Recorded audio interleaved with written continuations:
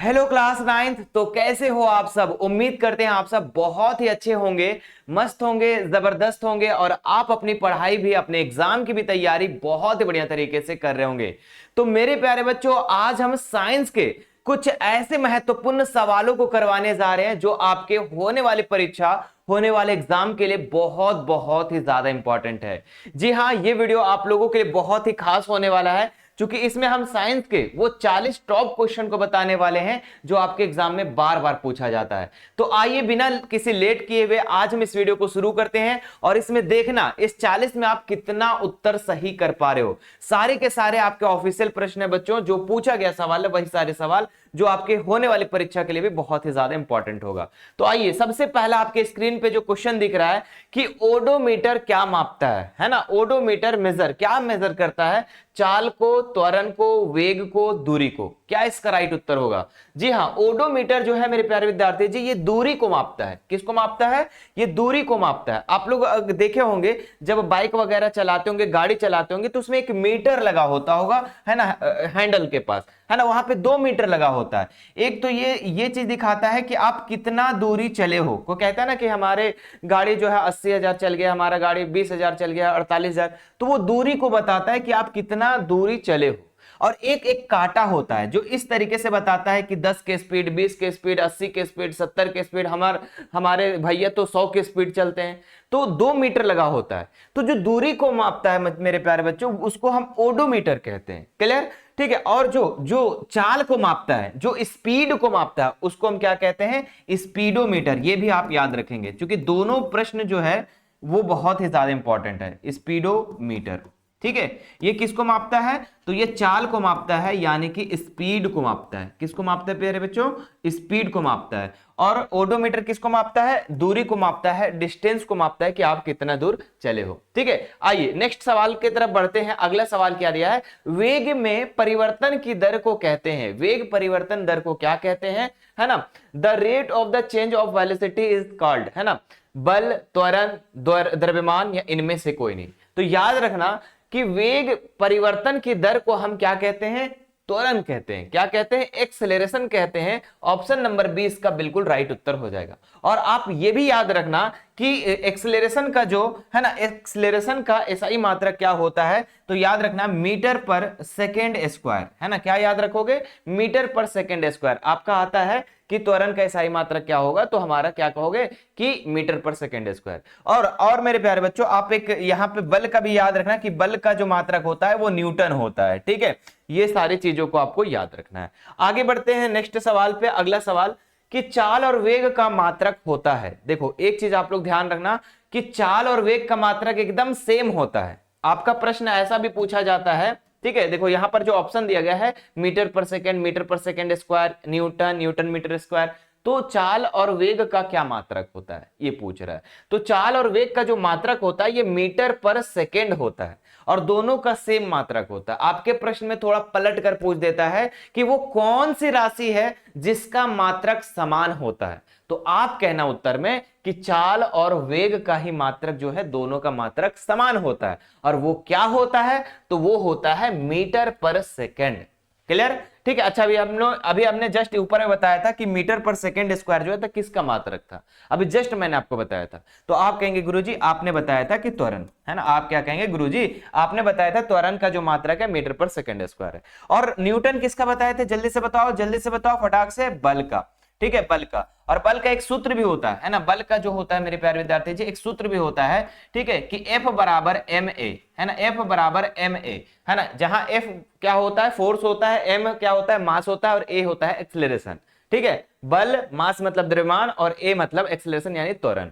Clear है? तो जो भी चीजें मैं यहां पर प्रश्न को बताता हूं उसके अलावा मैंने और भी प्रश्न को बता देता हूं, ताकि इससे रिलेटेड कोई भी प्रश्न आए तो आप छोड़ कर नहीं आओ, एग्जाम में धुआं धुआं करके आओ। तो आइए प्यारे विद्यार्थी जी नेक्स्ट सवाल पे बढ़ते हैं। क्या है कि निम्न में क्या कह रहा है कि निम्न में कौन सदिश नहीं है, है ना, सदिश नहीं है। यहां पर पूछ रहा है कि कौन जो है नोट अ वेक्टर, वेक्टर कौन सा नहीं है ना। विस्थापन, त्वरण, वेग, दूरी, इसमें बता रहा है। अब बोलेंगे कि सर सदिश कहते किसको है? तो सदिश हम उसको कहते हैं, ठीक है, देखो सदिश हम उसको कहते हैं जिस राशि को कोई ना कोई परिमाण हो और कोई ना कोई उसका एक दिशा हो, है ना। दिशा और परिमाण जिसमें दोनों में होता है, जो राशि में दोनों होता है उसको हम सदिश कहते हैं, और जिसमें सिर्फ का सिर्फ परिमाण होता है, दिशा नहीं होता, उसको हम अदिश कहते हैं। ठीक है, तो यहां पर अगर देखें तो विस्थापन जो है ये सदिश है, त्वरण भी सदिश है, वेग भी सदिश है, लेकिन दूरी जो है ये सदिश नहीं है। बोले सर कैसे? देखो दूरी जो होता है ना, ये एक परिमाण बताता है कि हाँ 10 किलोमीटर, 20 किलोमीटर, 30 किलोमीटर, 40 किलोमीटर, ऐसा हम बोलते हैं। लेकिन ऐसा तो नहीं है कि दूरी, ऐसा नहीं है कि पश्चिमी साइड दूरी जाएगा, पूरब साइड जाएगा, मतलब इसका कोई दिशा नहीं। ठीक है, दूरी तो कहीं भी हो सकता है, यहां से लेकर यहां तक दूरी कोई भी दिशा में हो सकता है। ठीक है, लेकिन विस्थापन का दिशा होता है, त्वरण का भी होता है, वेग का होता है। अब इसका एक आप लोग ट्रिक याद कर लो, ये ट्रिक अगर याद कर लोगे ना तो फिर आपको कभी दिक्कत ही नहीं हो, कभी दिक्कत नहीं होगा। ठीक है, देखो अदिश के लिए आप लोग याद रखना, एक अदिश के लिए आप लोग एक ट्रिक याद रखना। कौन सा ट्रिक है सर, वो बताइए सर। जी हाँ, उसका दाल चांद से आता है, उसका दाल चांद से आता है।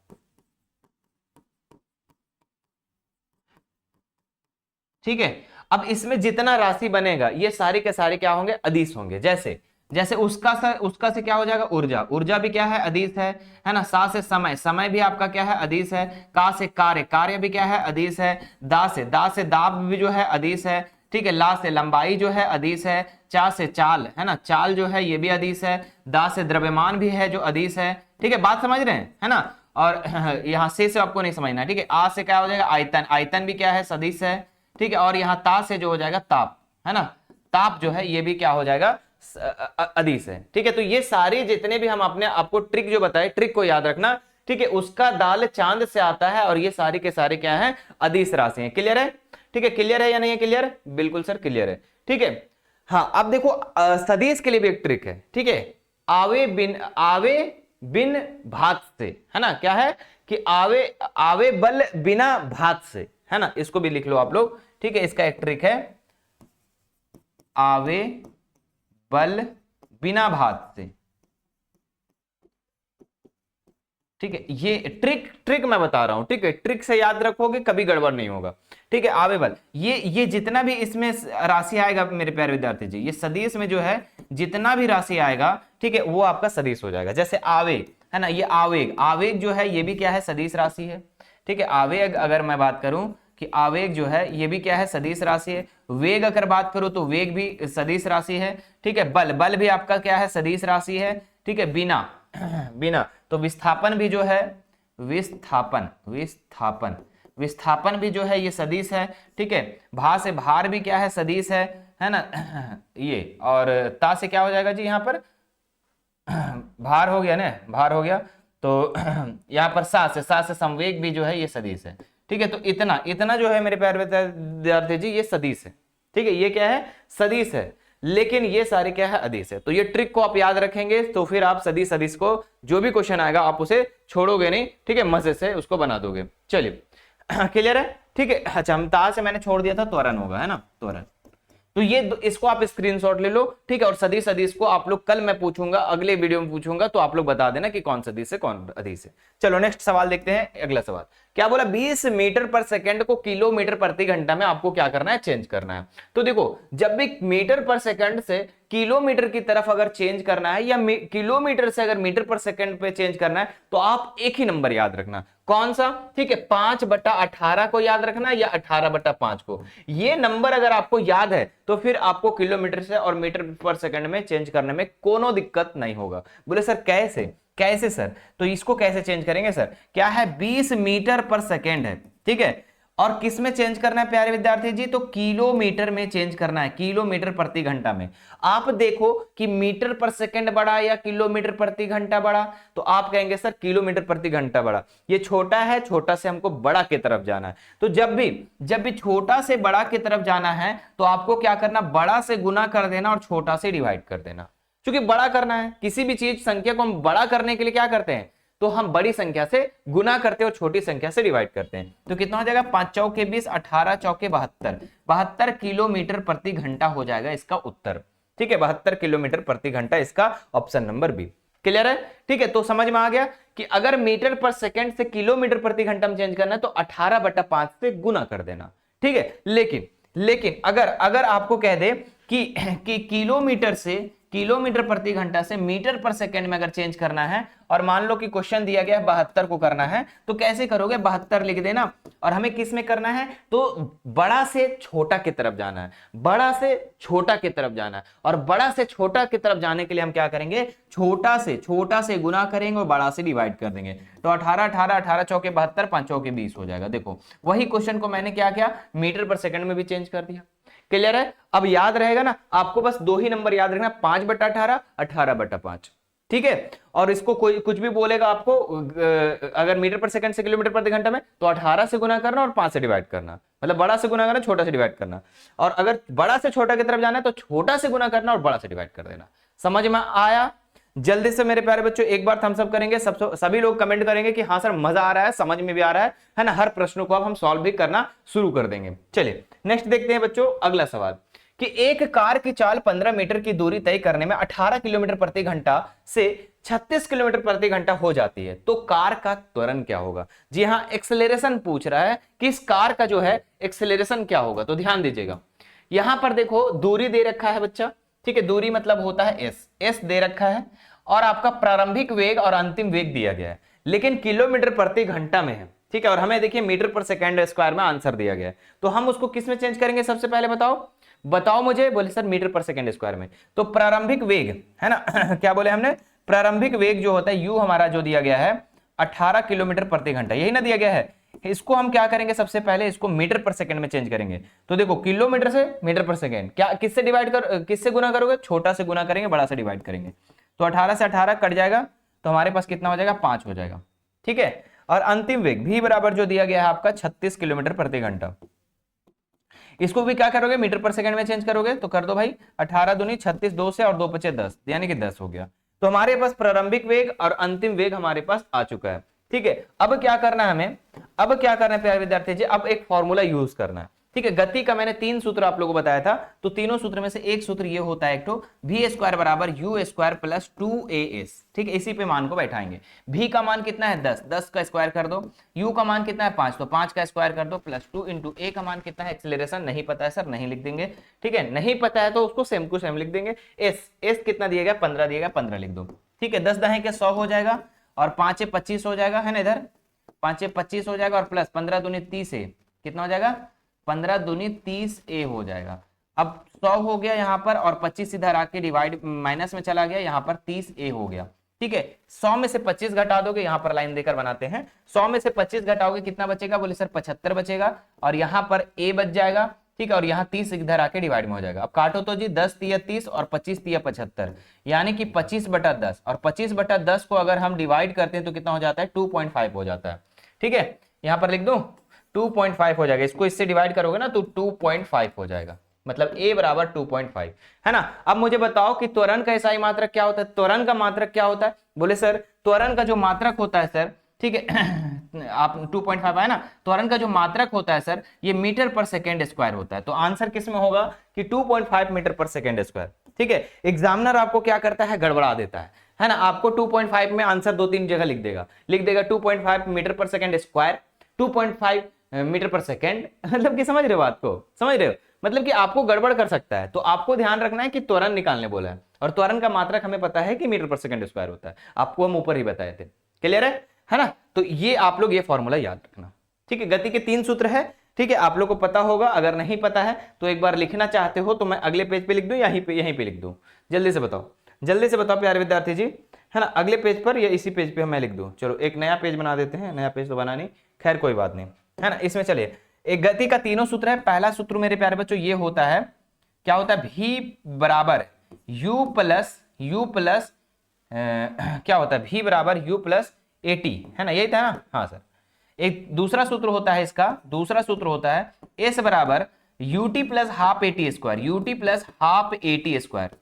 ठीक है, तीसरा सूत्र होता है आपका, ठीक है, कि v स्क्वायर बराबर u स्क्वायर प्लस 2as। ठीक है, क्या यही सूत्र होता है, एक बार जल्दी से कंफर्म करेंगे आप लोग, जल्दी से कंफर्म करेंगे बिल्कुल बिल्कुल, बहुत बढ़िया, कमेंट भी बच्चों का आ रहा है। ठीक है, तो इसका राइट ये आप लोग कर लेना। ठीक है, नेक्स्ट देखते हैं हम लोग, तीनों सूत्र को याद हो गया होगा आप लोगों। हाँ, बल का मात्रक क्या है, कितना आसान सवाल, इसको कहते हैं ना कि लॉलीपॉप सवाल है सर, इसको क्या कहते हैं बच्चों, इसको कहते हैं लॉलीपॉप सवाल। बताओ लॉलीपॉप सवाल कि the SI unit of force is, force का क्या है एसआई यूनिट, जी हाँ मात्रक क्या है, तो आपको बताए थे कि बल का जो मात्रक होता है वो न्यूटन भैया होते हैं, न्यूटन भैया, न्यूटन दादाजी होते हैं। तो ऑप्शन नंबर सी इसका बिल्कुल राइट उत्तर हो जाएगा। मुझे कोई बताएगा कि मीटर पर सेकेंड स्क्वायर किसका मात्रक होता है, तो आप कहेंगे सर हाँ सर हमें पता है सर। बोलेंगे सर आप ही ने बताया था कि चाल और वेग का एवं वेग का सर दोनों का मात्रक जो होता है मीटर पर सेकंड होता है सर, ये आपने बता रखा था। चलिए नेक्स्ट देखते हैं क्या है, एक न्यूटन किसके बराबर होता है, तो आप याद रखेंगे कि एक न्यूटन जो है 1 KG metre per second square के बराबर होता है। ऑप्शन नंबर ए इसका राइट उत्तर हो जाएगा। 3 वस्तुएं दी गई है ए बी सी, है ना, और के द्रव्यमान क्रमशः भी दी गया है। इसका द्रव्यमान देखो, ए का द्रव्यमान आपका दिया गया है 5, ठीक है, बी का द्रव्यमान दिया गया है 2 और सी का द्रव्यमान दिया गया है 10, ठीक है। इनमें से किसका जड़त्व सबसे कम होगा, देखो जिसका द्रव्यमान सबसे कम होगा उसका जड़त्व भी उतना ही कम होगा। समझ में आ रही बात है, जिसका द्रव्यमान कम होगा उसका जड़त्व भी कम होगा। जड़त्व का गुण, जड़त्व वाले जो बोले थे, जड़त्व का परिभाषा कहां से मिलता है, न्यूटन का पहला नियम से, है ना। तो ये बताएंगे आप कि जिसका सबसे कम जड़त्व तो द्रव्यमान, तो सबसे कम किसका है, ए का है, तो ए इसका राइट आंसर हो जाएगा कि ए का द्रव्यमान सबसे कम होगा। यही था ना, नहीं सॉरी ए कहां है जी, 2 है ना, 2 केजी, ये तो 5 केजी है, तो 2, तो किसका है, बी का, तो बी इसका राइट उत्तर हो जाएगा। समझ में आया।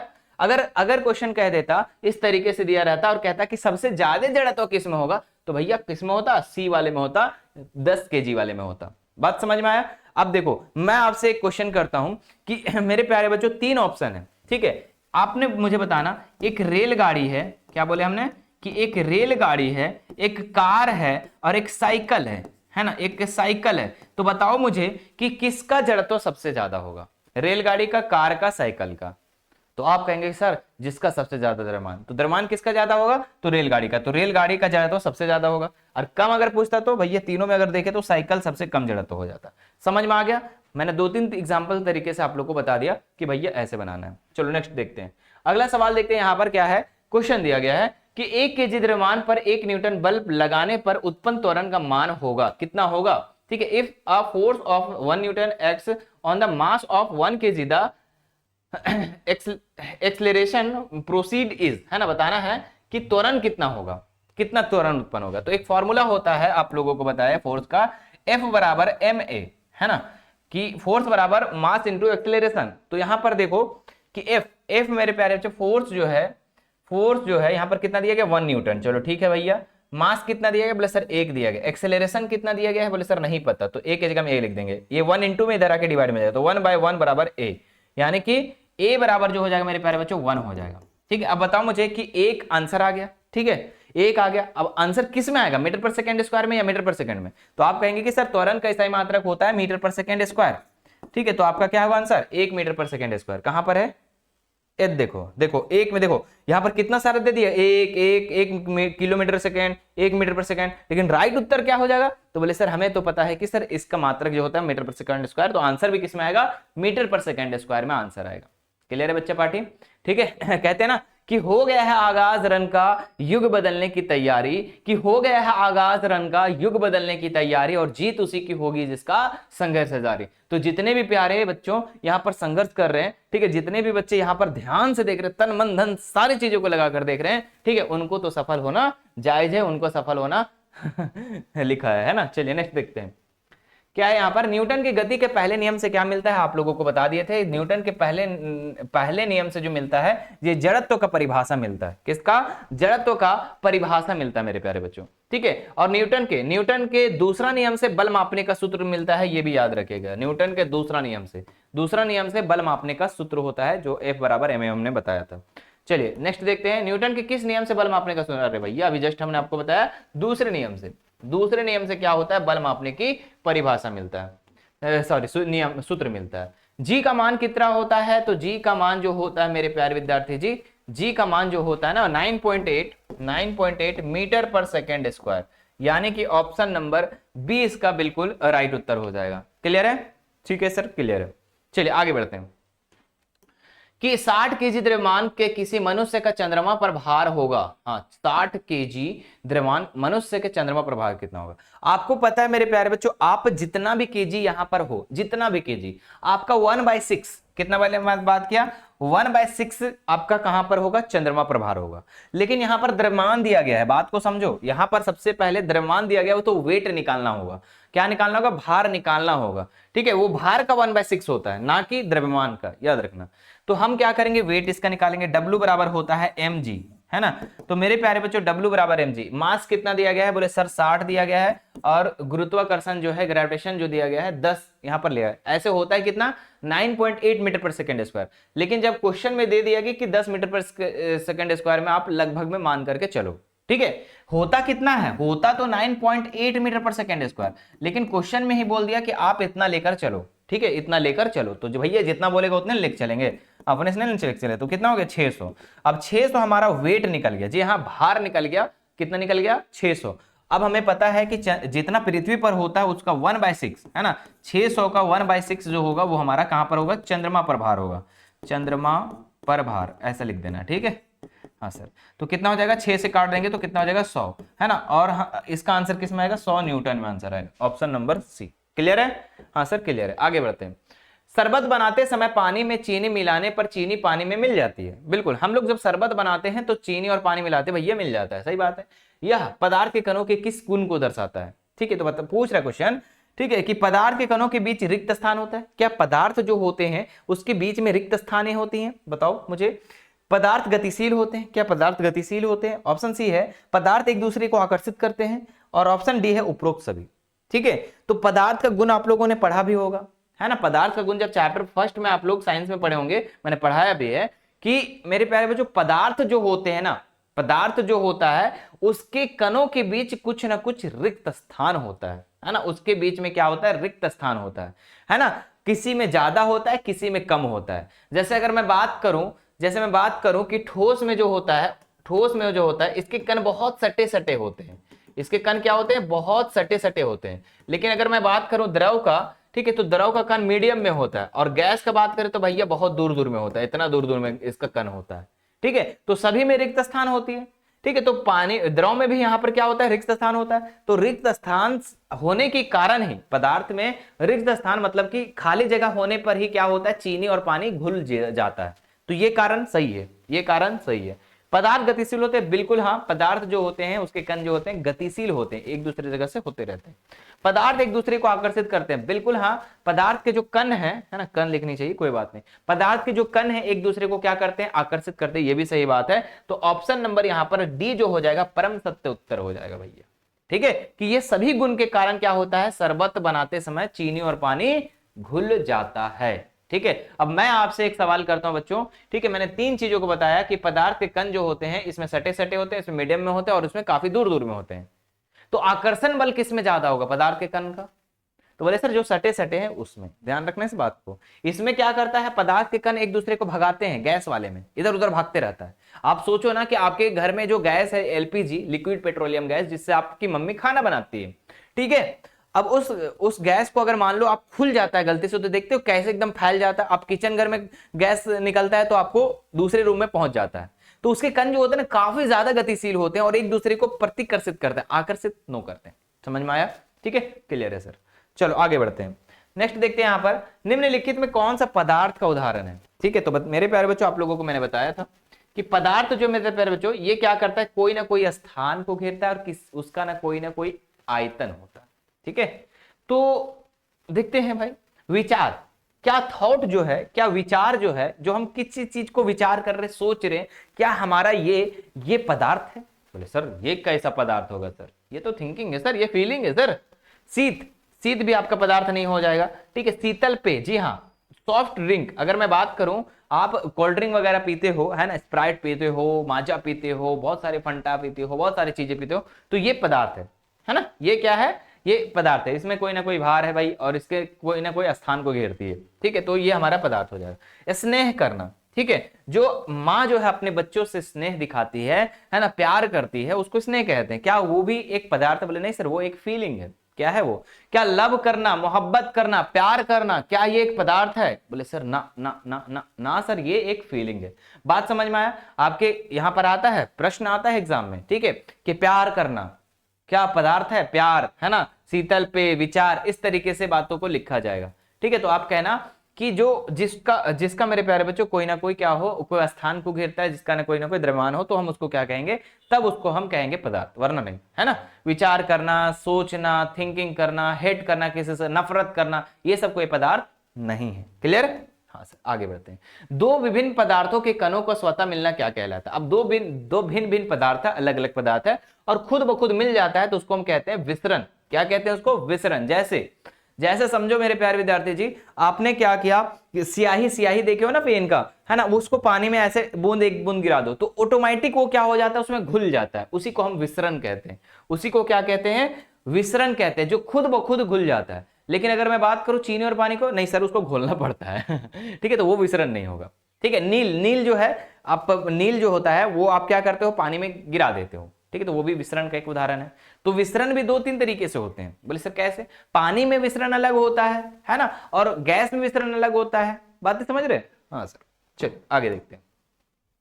किसी वस्तु के द्रव्यमान की प्रति इकाई आयतन को क्या कहते हैं? तो इसको घनत्व कहते हैं, याद रखें, डेंसिटी कहते हैं। ऑप्शन नंबर ए इसका राइट उत्तर हो जाएगा। आगे बढ़ते हैं नेक्स्ट सवाल पर।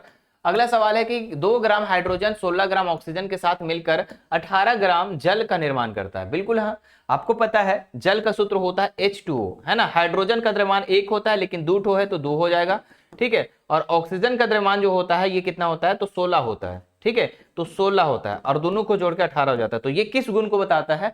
तो ये द्रव्यमान संरक्षण का नियम बताता है। क्या कहता है? ये द्रव्यमान संरक्षण का नियम बताता है कि ना इसमें क्या होता है, किसी परमाणु का विनाश होता है, ना ही कोई निर्माण होता है। आगे बढ़ते हैं। जल में हाइड्रोजन और ऑक्सीजन का द्रव्यमान जो होता है एक अनुपात में स्थिर होता है। बिल्कुल हाँ, 1:8 में होता है। जैसे कि मैंने बताया ना कि 2 आपका हाइड्रोजन और ऑक्सीजन कितना बोले? 16 बोले, तो इसको अगर काटेंगे तो 1:8, ठीक है, 1:8। तो ये स्थिर अनुपात का नियम कहता है जब भी जल बनेगा तो भाई यही अनुपात होगा, है ना, 1 हाइड्रोजन 8 ऑक्सीजन, याद रखना, तभी ये जल बने। तो ये एक निश्चित है। अगर यहाँ पर 2 होगा तो वहां 16 हो जाएगा, यहाँ 3 होगा तो वहां पर 16, 32, 16, 48 हो जाएगा। समझ रहे? परमाणु त्रिज्या का मात्रा किस मापते हैं? तो इसको हम लोग पिकोमीटर में मापते हैं। किस में मापते हैं? पिकोमीटर में। ऑप्शन नंबर डी इसका राइट उत्तर हो जाएगा। नेक्स्ट देखते हैं, परमाणु द्रव्यमान को किस इकाई में मापते हैं? यूनिट में मापते हैं, ध्यान दीजिएगा।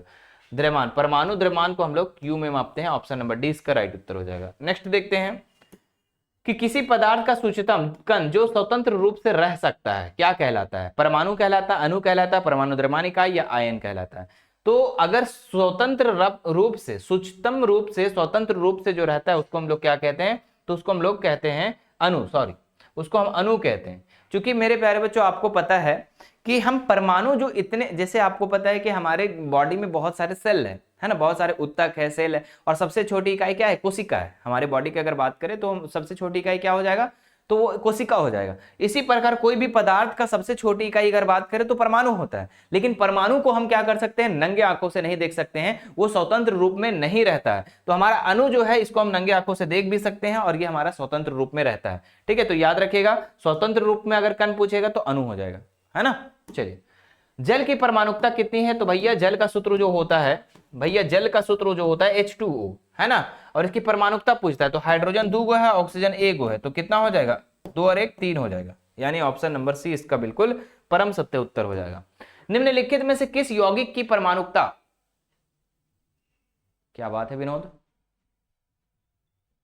चलो ठीक है भाई, ठीक है, क्या बोला कि निम्नलिखित में से किसकी परमाणुकता 5 है? 5 परमाणुकता पूछ रहा है भैया। अमोनिया का, नाइट्रोजन 1 है, ये 3 है, 4 गो हो गया, नहीं गलत, ऑप्शन कट गया।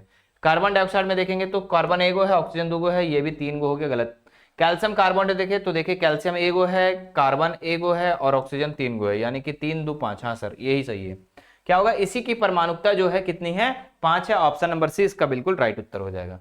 आगे बढ़ते हैं। कैल्शियम हाइड्रोक्साइड का सूत्र क्या है? कई बार आपको बता चुके हैं कि कैल्शियम हाइड्रोक्साइड का सूत्र है CaOH का होल 2, है ना, CaOH का होल 2। ठीक है, कोई बताएगा मुझे कि ब्लीचिंग पाउडर का सूत्र क्या होता है? जल्दी से कोई बताएगा कमेंट करके हमको। आगे देखते हैं, नाइट्रिक अम्ल का आणविक द्रव्यमान कितना होता है? नाइट्रिक अम्ल, है ना, HNO3, क्या बोला गया? HNO3 ये नाइट्रिक अम्ल का सूत्र होता है। आपको पता है हाइड्रोजन जो है मेरे प्यारे बच्चों इसका द्रव्यमान 1 होता है, ठीक है। नाइट्रोजन का अगर बात करें तो नाइट्रोजन की परमाणु संख्या होती है कितना, तो वो होता है 7, 7 दूनी 14 हो जाएगा। कितना हो जाएगा, 14 हो जाएगा, मतलब इसका द्रव्यमान का 14 हो जाएगा। ऑक्सीजन का होता है आपको पता है बच्चों 16।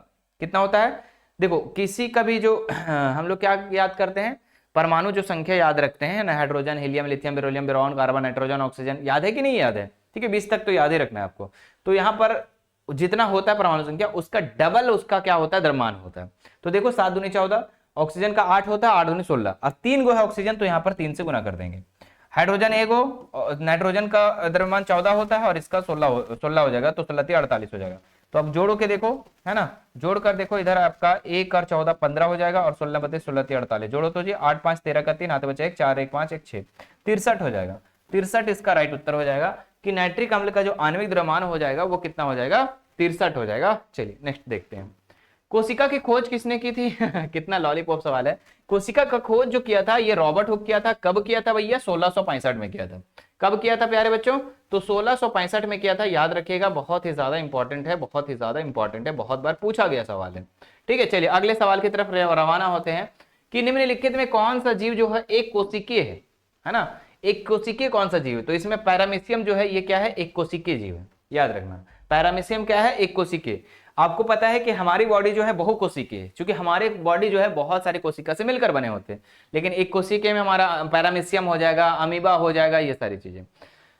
पादप कोशिका के सबसे बाहरी परत क्या है, तो आपको पता है मेरे प्यारे बच्चों, पादप कोशिका अगर मैं बनाऊं यहां पर इस तरीके से पादप कोशिका बनाऊं तो बीच में होता है केंद्रक, और इसके बीच में क्या होते हैं, बहुत सारे क्या होते हैं, कोशिका द्रव कहते हैं इसके अंदर, और कोशिका द्रव में बहुत सारी चीजें होती है, माइटोकॉन्ड्रिया होता है, लाइसोसोम होता है, हरित लवक होता है पादप में। लेकिन इसकी जो बाहरी परत, जो सबसे ऊपरी परत होती है मेरे प्यारे विद्यार्थी जी, इसको हम लोग कहते हैं कोशिका भित्ति। लिख लो आप लोग, इसको क्या कहते हैं, कोशिका भित्ति कहते हैं। कोशिका भित्ति सबसे बाहरी परत जो होता है इसका, है ना। कोशिका झिल्ली के जस्ट ऊपर में एक और परत होता है जिसको हम लोग क्या कहते हैं, कोशिका भित्ति कहते हैं। देखो कोशिका झिल्ली के ऊपर एक छोटा सा परत होता है, पतला सा, उसको कोशिका भित्ति कहते हैं। तो पादप कोशिका के सबसे बाहरी परत को हम लोग कोशिका भित्ति कहते हैं, याद रखिएगा। अच्छा, अगर बात कर दे जंतु का, अगर बात कर दे एग्जाम में कि जंतु के सबसे बाहरी परत, तो कोशिका झिल्ली हो जाएगा, याद रखना। क्योंकि बस दोनों का अंतर थोड़ी सी है, ठीक है, थोड़ा सा अंतर है, अंतर तो बहुत है, लेकिन हम आपको बेसिक डिफरेंस बता दे रहे हैं कि देखो कोशिका, जंतु कोशिका में जो कोशिका होता है ना, वो क्या होता है ना, वो क्या होता है उसमें कोशिका जो होता है ऐसे होता है, ठीक है, और इसका जो सबसे बाहरी परत होता है कोशिका झिल्ली होता है। लेकिन पादप कोशिका में क्या होता है, इसमें एक और परत चढ़ जाता है, इसमें एक परत चढ़ जाता है जिसको हम कोशिका भित्ति कहते हैं। तो याद रखिएगा, जब पादप कोशिका का सबसे बाहरी परत कहेगा तो कोशिका भित्ति, चूंकि साइड में एक और पतला परत होता है, और अगर जंतु कोशिका का कहेगा तो कोशिका झिल्ली। क्लियर, चलो आगे बढ़ते हैं। नेक्स्ट देखते हैं, कोशिका भित्ति बनी होती तो ये बना होता है आपका सेल्यूलोज से बना होता है, सेल्यूलोज से बना होता है। ऑप्शन नंबर सी इसका राइट उत्तर हो जाएगा। आगे बढ़ते हैं, कोशिका झिल्ली द्वारा भोजन तथा अन्य पदार्थ का ग्रहण करने की प्रक्रिया को क्या कहते हैं, तो कोशिका झिल्ली के द्वारा जो भोजन को प्राप्त करता है, भोजन को लेता है, उसको हम लोग कहते हैं, क्या कहते हैं, एंडोसाइटोसिस। क्या कहते हैं उसको, एंडोसाइटोसिस कहते हैं। कोशिका में अनुवांशिक गुणों की सूचना कहां होती है, तो ये होता है गुणसूत्र में। कहां पर होता है मेरे बच्चों, तो गुणसूत्र में होता है, याद रखिएगा, क्रोमोसोम में होता है, क्रोमोसोम में। नेक्स्ट देखते हैं, लाइसोसोम कौन बनाता है, लाइसोसोम जो बनाता है ये कौन बनाता है, तो लाइसोसोम जो बनाता है ये बनाता है आपका गोल्जी काय उपकरण बनाता है, गोल्जी काय उपकरण बनाता है। अच्छा, लाइसोसोम को हम लोग आत्महत्या की थैली भी कहते हैं, याद रखना, आत्म लिख लेना आप लोग कि इसको हम लोग आत्महत्या की थैली भी कहते हैं, थैली, ठीक है। लाइसोसोम को हम लोग क्या कहते हैं, आत्महत्या की थैली भी कहते हैं, ठीक है। और मेरे प्यारे विद्यार्थी जी, माइटोकॉन्ड्रिया को हम लोग कहते हैं, क्या कहते हैं, बिजली घर कहते हैं, ऊर्जा घर या बिजली घर, बिजली घर कहते हैं, या फिर मेरे प्यारे बच्चों ऊर्जा घर कहते हैं, ठीक है। चलो, और जानोगे, और जानोगे, हरित लवक को क्या कहते हैं बताइएगा कमेंट करके। किचन घर किसको कहते हैं, है ना, पत्तियों को कहते हैं।